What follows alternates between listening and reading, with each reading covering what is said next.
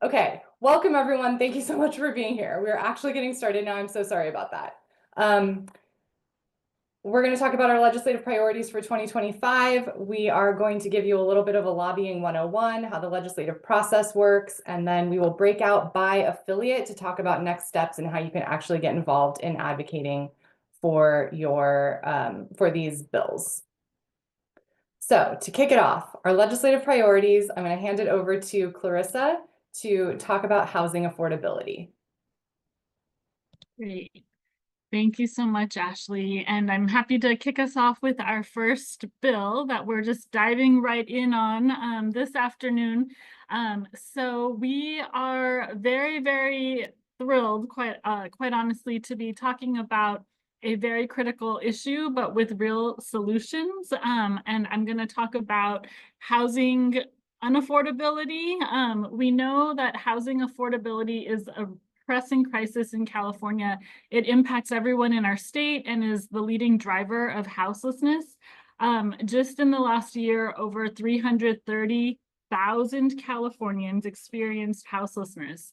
And we know that 30% of California renters pay over half of their income every single month to cover the cost of housing, with well over 1 million households experiencing severe rent burden and paying over half of their incomes in rent. We know that this is not an issue that took place overnight. It's really due to generations of racism, including in our housing policy, and decades of historic racial discrimination. Black Californians are disproportionately impacted by our state's unaffordable housing crisis and houselessness. We know that while only 7% of our state's population identifies as Black Californians make up more than 25% of our unhoused population, which makes this issue a very critical one, and one that our ACLUs across California are committed to really channeling forward real solutions, because we believe an affordable housing an affordable home should not be a luxury commodity only available to those who can pay for it. Financial status should not determine your ability to stay healthy and housed. We know that Californians need meaningful action now to make sure that every resident has a safe, stable, and affordable home. And we know that criminalizing houselessness and poverty is not the answer here in terms of solving houselessness. So we are really excited to talk about this bill that we are co-sponsoring. We can move on to the next slide, please. So the California Housing Justice Act is a bold plan to create and protect affordable housing, keep renters stably housed, and to provide rental assistance to prevent and end houselessness, and to make sure that we're offering support services for people with disabilities who can stay in their homes.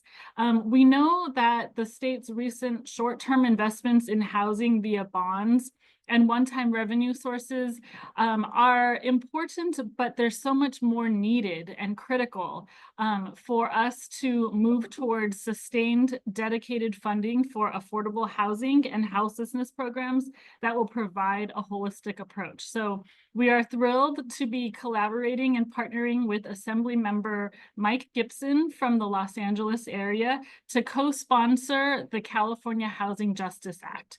We are co-sponsoring this piece of legislation this year with organizations like ACE, Housing Now, California, the Housing Now Coalition, the National Alliance to End Homelessness, Corporation for Supportive Housing, and we're growing this list of co-sponsors by the day.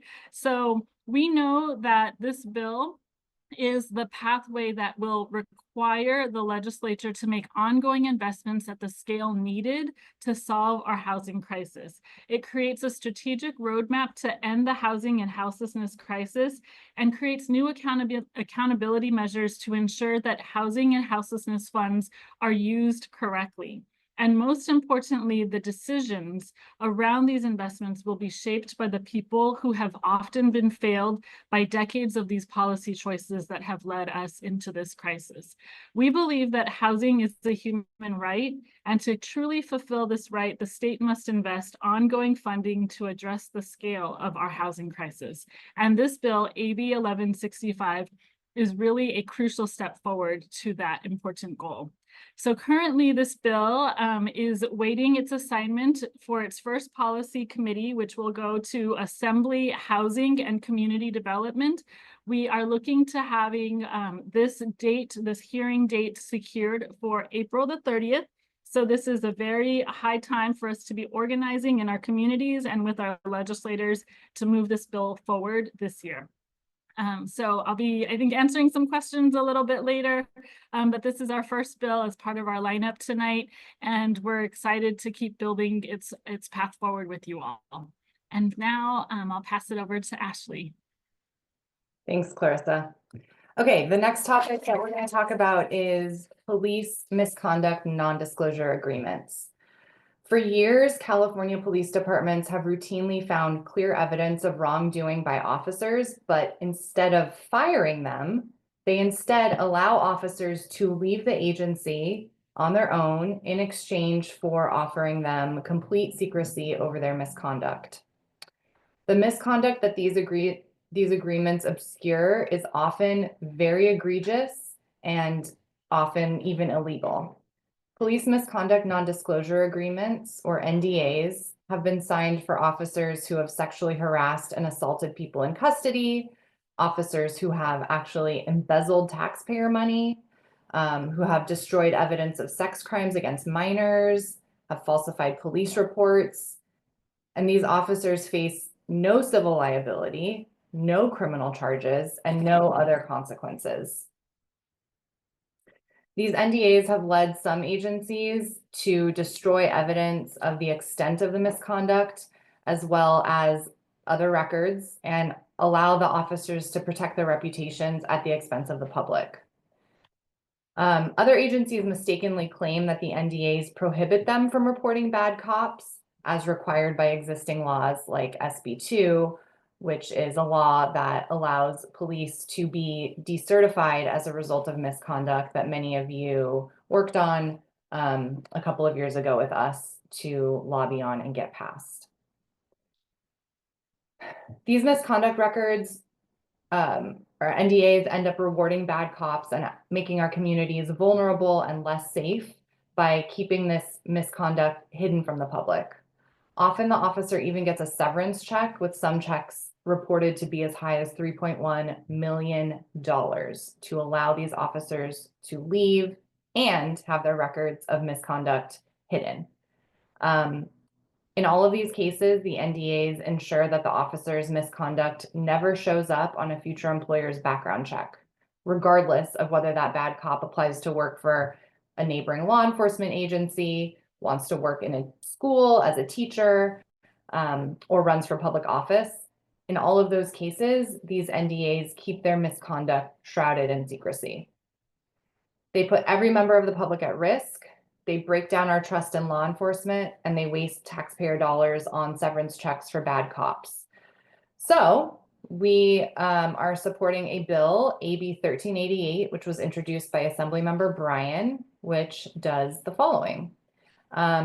It prohibits law enforcement agencies from signing police misconduct NDAs. It voids the hundreds of misconduct NDAs that currently shield bad cops from scrutiny. It ensures that previously signed agreements are public record and must be released upon request by members of the public, including journalists and researchers. And it emphasizes existing duties for agencies to report to the Commission on Peace Officer Standards and Training, or POST, any serious misconduct or recent separations, firings, resignations, those sorts of things of police. So it'll ensure that when an officer engages in misconduct, they're held accountable by POST and also by police agencies throughout the state and by the public. We expect that this bill will be heard in 2 weeks in the Assembly Public Safety Committee. So if you are interested in showing up and supporting the effort to get this through the first hearing in the Public Safety Committee in 2 weeks. You can email us at changemakers@aclunc.org, and we invite you to show up to that Public Safety Committee hearing. And I'm going to pass it to Aubrey. All right, this is the pressing bill. So Senate Bill 93, what this bill is trying to do is prohibit individuals from owning and operating robots with weapons on them, which sounds nice, but sadly there's an exception in this bill that would basically allow for any state, local, or county government to deploy robots with weapons affixed to them, which we're calling killer robot cops, because we're primarily concerned that this will be abused by police. And we do not want our police forces to have any type of weaponized robots, whether they are land-based or drones. So they could be humanoid robots or robot dogs. So again, we're trying to emphasize no killer robot cops. And don't know if people have seen Black Mirror, but this has been a warning in many dystopian type shows or movies for decades. And we're really hitting the point that public funds are already scarce, and money should be invested into life affirming supportive services that reduce police violence and not try to promote it. And yeah, we're also concerned too, right, about cameras also being affixed to these robots and other sensors that will violate constitutional rights to speech and privacy that would likely be deployed in everyday life or protests. And with the advances in biometric gathering and AI, this is kind of a scary, scary future, and this bill is paving the way for it. If you could just go to the next slide 2. So here is our ask. We're going to take an oppose unless amended position. Right now, we're opposed to it, but it wasn't very effective. It got out Public Safety Committee. So right now, we're going to draft amendments that will basically try to disallow law enforcement from deploying these types of weapons or these types of robots with weapons. And our ask for you all with these in-district meetings next week is to urge these members to not support SB 93 if there are no amendments that are accepted that will no longer grant law enforcement to use these killer robots. We're hoping to get this language to the senator's office very soon. And with these amendments, we will remove our opposition. Because we're fine with, I guess, with more individuals, or we're just neutral on that, but we're primarily concerned again about law enforcement utilizing this type of technology. So that is going to be our ask for legislators with this bill. The status of it, as I mentioned last week, it was passed unanimously, which was very disheartening. That was out of Senate Public Safety. It's now in Senate Appropriations. It's set for hearing April 21st or the 22nd, and it's going to we're anticipating will go to suspense file, which just means it costs more than $50,000. And it'll be set again for another hearing next May. And the amendments, Regina, we are still developing those. It's just going to specify that we're going to basically get rid of the carve out that is currently in the bill that allows local law enforcement to use this type of weaponry. So we want to basically get rid of that exception in the bill, which SB 93 currently allows for. And that's it for me.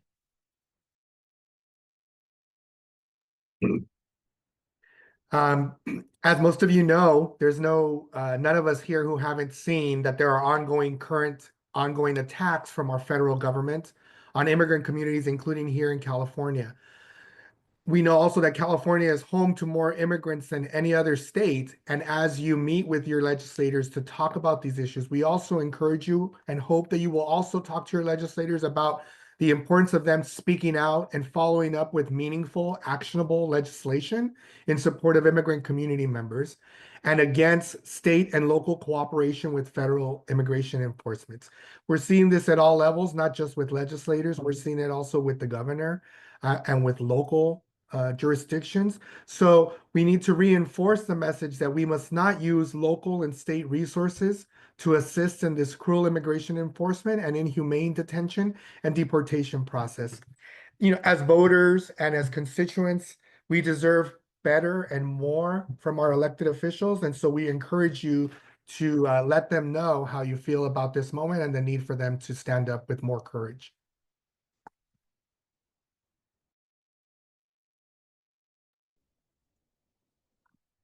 Okay, we have time for a couple of questions about the bills, if there are any.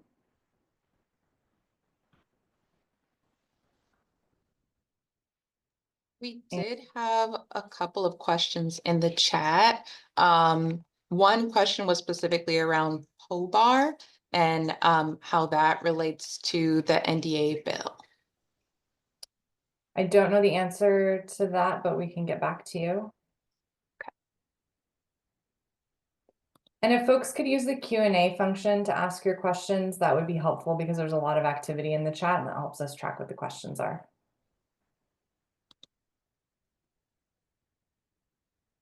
And then just as a reminder, I see a lot of questions about whether this recording will be available. It will be.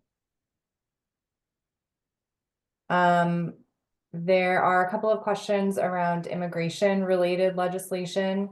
Our primary focus around immigration will be a budget related ask. There are some immigration bills and some of them are bad and some of them aren't. So more to come on those, but for right now, our priority is really just pushing members of the legislature to speak out strongly in support of immigrant communities, and emphasize that there should be no collaboration between California or any local governments in California and federal immigration enforcement. And then there's a question about, for those of us who are lobbying next week, will there be talking points? Yes, when we go into our breakouts by affiliate, we'll talk to you a little bit more about the specific logistics of the lobby visits and what materials we'll be providing. Okay, I'm going to hand it over to Tanisha. Hi, everyone. If someone could remove the spotlight from our other speakers, that would be helpful. So I'm going to go over some info about lobbying for those of us who are joining us for the week of action and those lobby visits. Here is what you need to know. Okay, so let's get into it. Okay, so just some basic info about the California State Legislature. There are 120 legislative districts, and of those districts, 40 of them are Senate districts, and senators serve 4-year terms, and 80 of them, so double the amount of senators, are assembly members, and assembly members serve 2-year terms. So each of you have 2 representatives at this state level. You have 1 senator and 1 assembly member. Great. Next slide, please. So if you're not sure who your senator and assembly member are, right? We just had an election in November, redistricting happened, districts have been switched around.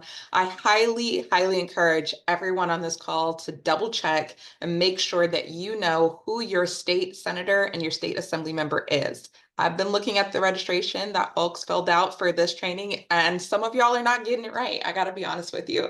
So please just double check, make sure that you know who your senator and your assembly member are at the state level. And you can find that out at findyourrep.legislature. And we'll put it in the chat. Okay, so what do legislators do? Legislators are responsible for drafting and introducing bills.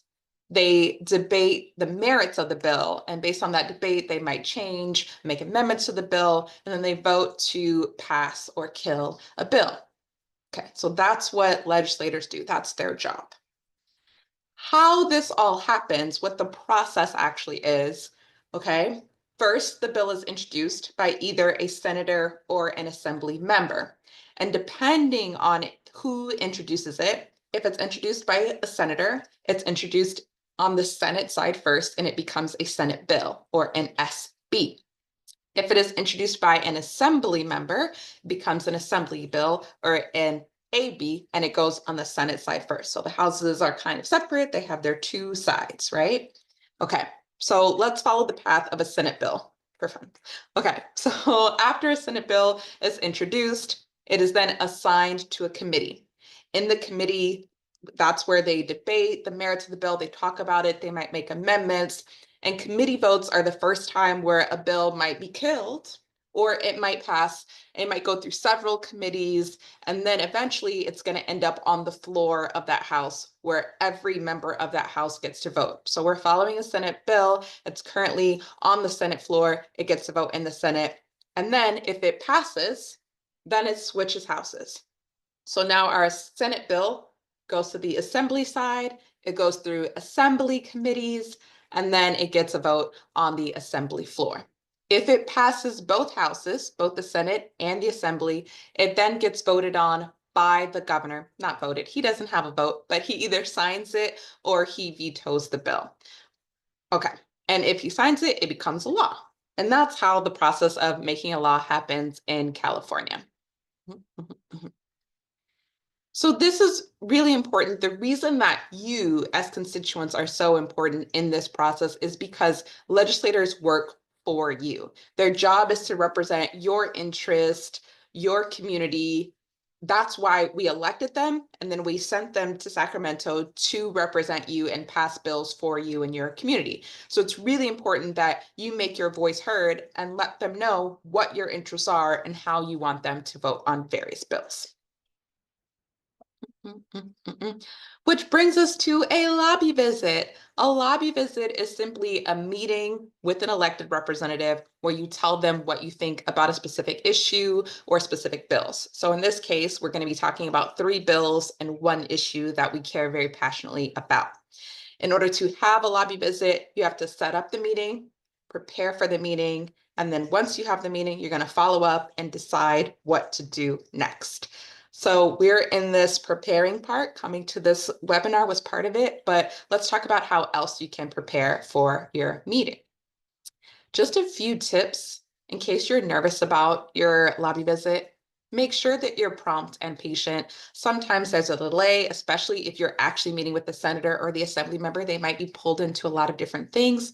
So you being on time and you being patient is really important. Keep it short and focused. These meetings are no more than 30 minutes, and if we can do it in 15, thumbs up, that is really great.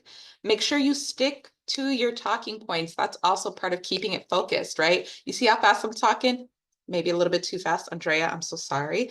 But keep it short and focused, but still make it personal and local. We're not just asking you to parrot talking points. We do want to hear from you as a constituent about why this matters to you, and then make sure that you make the ask. You are going to this lobby visit to ask your representative to do something for your community. So make sure that you actually make that ask and phrase it as a question. Will you vote this way, or will you support immigrant communities? And let them answer your question. Okay, we're gonna dig a little bit more into what I mean by making it personal. Too often I hear from folks, well, I don't have a personal story to tell. I'm not directly impacted by this. I don't have an NDA with police to talk about. But it's not necessarily you saying, hey, this happened to me. It's you sharing your experiences, you talking about your community, you talking about why you came to this lobby visit. Why do you care about these issues? Why are you dedicating your time to this? Why are you showing up? And we actually have a framework that you can use in your lobby visits to talk about this. We call it the VPSA model: values, problem, solution, action. So you might have noticed when, Clarissa and folks were talking through the bills, first they talked to you about what the value is, right? We know that folks are unhoused in California and it's not a lot of their fault, right? That's a value statement. Then the problem, then the solution, and the action. So when you are meeting with the legislator, telling your personal story can be grounded in this. What are your values that brought you to this meeting? What are your values that made you think that coming to meet with your legislator is important?